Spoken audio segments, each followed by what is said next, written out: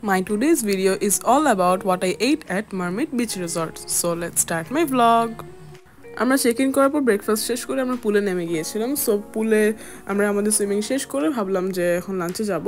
So আমি রুমে গিয়ে ফ্রেশ ট্রেশ হয়ে একদম রেডি হয়ে যাই এবং রেডি হয়ে আমরা ওদের রেস্টুরেন্টের দিকে চলে আসি। ওদের বাহিরে বসার ব্যবস্থা ছিল, বাট উই থট যে আমরা ভিতরে বসবো কারণ বাইরে অনেক বেশি রোদ ছিল।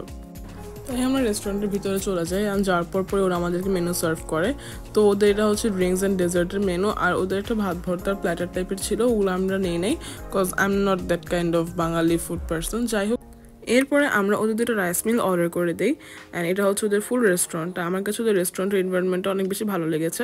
আমার মারমেডের ফুল একটা ডিটেলসের ভিডিও আমি ইউটিউবে খুব শীঘ্রই আপলোড দেবো, সেটা আপনারা অবশ্যই চেক আউট করে নেবেন। তো এরপরে আমার একটা প্ল্যাটার চলে আসে, সেটা হচ্ছে grill chicken breast with pineapple.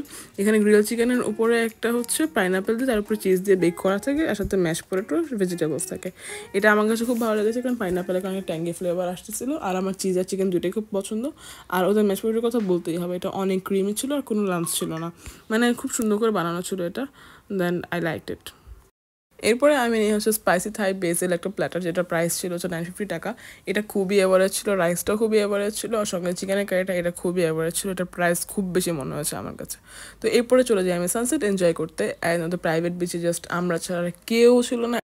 খুবই পিসফুল একটা পরিবেশ ছিল এখানে, জাস্ট আমরা একা একা সুন্দর মজা করতেছিলাম দুজনে, এদিক দিয়ে সুন্দর করে সানসেট হচ্ছিল, মানে it was so peaceful and so dreamy. তারপর হচ্ছে সন্ধ্যার দিকে আমি রুমে গিয়ে ফ্রেশ ট্রেশ হই, নামাজ টামাজ পড়ে তারপরে আমরা হচ্ছে চলে আসি ইভিনিং স্ন্যাক্স করতে। আমরা মনে হয় 5টার দিকে লাঞ্চ করে 7টার আরও আগে ইভিনিং স্ন্যাক্স করতে চলে আসছি। তো আমরা একটু দূর দিয়ে বসেছিলাম কারণ ওই দিকে একটা মানুষজন আসতেছিলো, তো আমরা একটু ভিতরের দিকে বসি, বাইরের দিকে আর একটু পিছনের দিকে বসি। তো আমরা ওদের এই সি ফুড পিজাটা অনেক খেতে যাচ্ছিলাম কারণ এটা নাকি অনেক হাইট ওদের এখানে।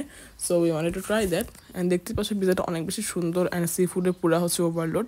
অ্যান্ড আর একটা জিনিস মেনশনই করা হয়নি, সেটা হচ্ছে আমাদের ক্যান্ডেল লাইট ইভিনিং স্ন্যাক্স ছিল এটা, মানে ওরা একটা ক্যান্ডেল সব জায়গায় প্রোভাইড করে বাইরের দিকে বসলে।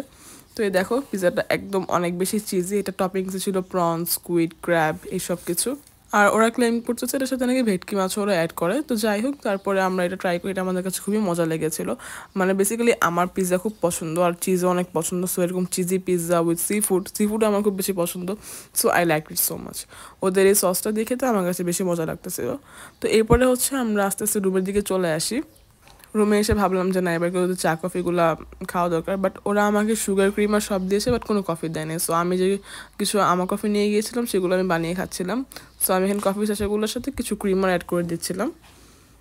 ইটস সো সিম্পল আর কি, কফি আর ক্রিম আর একটু হট ওয়াটার, অ্যান্ড এই তো আমার কফি একদম রেডি। তো এই তো আমরা দুজনে মিলে চলে যাই আমাদের হচ্ছে বাইরে যে বসার জায়গাটা আছে না, দুজনে বাসার সামনে, সেখানে আমরা বসে বসে দুজনে কফি এনজয় করতে চলে যাই আমাদের উঠানের সামনে। তো এই তো we are enjoying hour coffee.